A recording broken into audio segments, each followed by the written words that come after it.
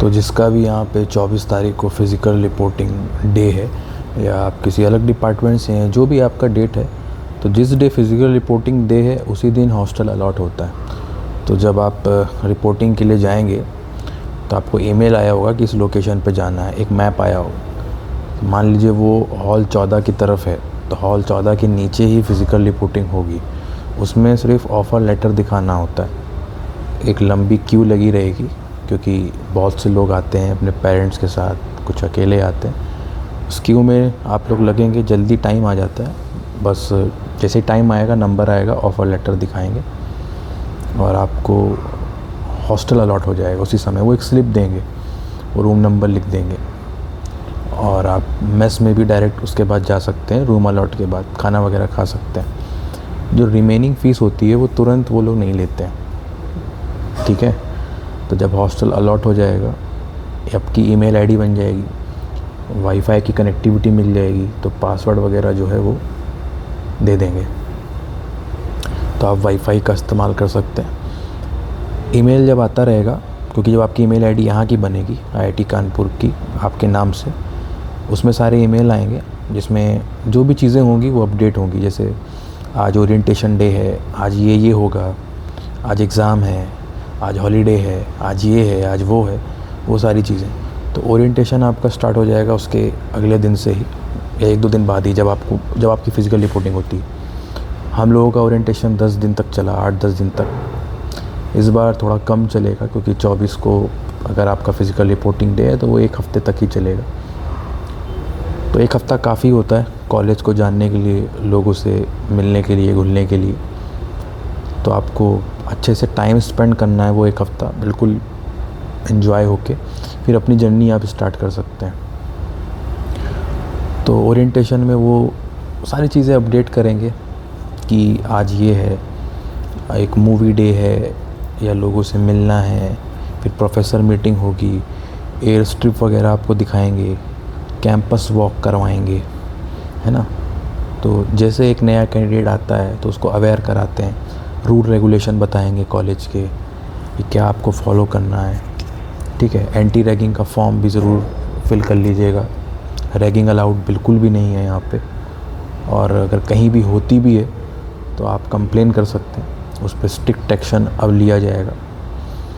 तो रैगिंग बिल्कुल भी नहीं होती, ठीक है। ये बहुत पहले हुआ करती थी, लेकिन अब बिल्कुल स्ट्रिक्ट हो गया है इस मामले में, क्योंकि सब कुछ बदल गया है। सब अपने काम के लिए आते हैं, तो एकदम फ्री माइंड से काम करना है ना, सबसे मिल के रहना है।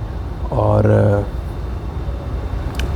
जब ओरिएंटेशन वगैरह हो रहे होंगे उसी समय आप लोग अपना फॉर्म वगैरह सबमिट करेंगे। जो डॉक्यूमेंट्स आप लेके आए हैं ऑफलाइन फॉर्मेट में, उसको पीडीएफ में कन्वर्ट करके ऑनलाइन पिंगाला अकाउंट पे सबमिट करेंगे। आपका पिंगाला में एक आईडी बनेगा, उसमें सारा डेटा रहेगा, आपका एकेडमिक रिकॉर्ड्स, आपका कोई अमाउंट ड्यू है कि नहीं है, वो सारी चीज़ें, सारा रिकॉर्ड आपका वहीं रहेगा। रोल नंबर वगैरह वहीं अलॉट हो जाएगा, उसी में रहेगा, तो वहीं पे आपको अपलोड करना है। आपकी क्लासेस स्टार्ट होंगी जिस दिन,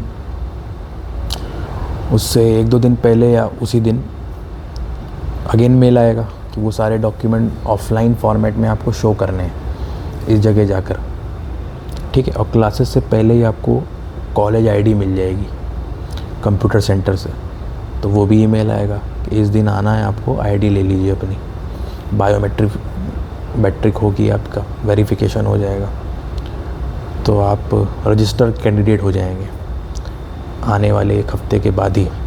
जब यहाँ आएंगे उसके 7 दिन के अंदर ही एक रजिस्टर्ड कैंडिडेट हो जाएंगे, आईडी बन जाएगी, ताकि आपको कैंपस के अंदर बाहर करने में कोई प्रॉब्लम ना हो, क्योंकि बायोमेट्रिक वगैरह सब हो चुका होगा। जब कोर्स वगैरह स्टार्ट होगा तो उसके पहले ही प्रोफेसर अपना FCH सेंड कर देते हैं, जिसमें वो मेंशन करते हैं कि वो क्या क्या पढ़ाएंगे, कौन सी बुक फॉलो करेंगे, क्या उनका ग्रेडिंग सिस्टम रहेगा, कि एब्सोल्यूट रहेगा कि रिलेटिव रहेगा। कुछ लोग एब्सोल्यूट रखते हैं तो वो मेंशन करेंगे कि इतना ही कट ऑफ रहने वाला है, उस हिसाब से ग्रेडिंग सिस्टम होगा, ठीक है। कि जो ग्रेड पॉइंट्स होते हैं D+B ये किस हिसाब से होंगे, ठीक है। डी जनरली आईआईटी में डी मतलब 4 पॉइंट होता है और डी प्लस यानी 5 पॉइंट, तो उसको आप ऐसे इंक्रीज़ कर सकते हैं। डी प्लस के बाद आता है सी, फिर सी प्लस, बी प्लस और ए मतलब 10 पॉइंट्स। तो ये ग्रेडिंग सिस्टम है, ठीक है। तो अपने एफसीएच में वो क्लियरली मेंशन करते हैं उनकी कितनी क्लासेस होंगी और कौन से दिन पे लगेगी, तो टाइम टेबल वो मेंशन रहेगा। और एक सब्जेक्ट की वीक में 4 क्लास ही होती हैं, वीकेंड ऑफ रहता है सैटरडे संडे, तो मंडे टू फ्राइडे ही एकेडमिक शेड्यूल रहता है यहाँ पे। ये हर डिपार्टमेंट का रूल है, ठीक है। तो उम्मीद है बहुत कुछ चीज़ें आप जान गए होंगे। बस आपको यहाँ पे आना है और फिर अपने हिसाब से देखिए कैसे आप आगे कंटिन्यू करते हैं। Best of luck.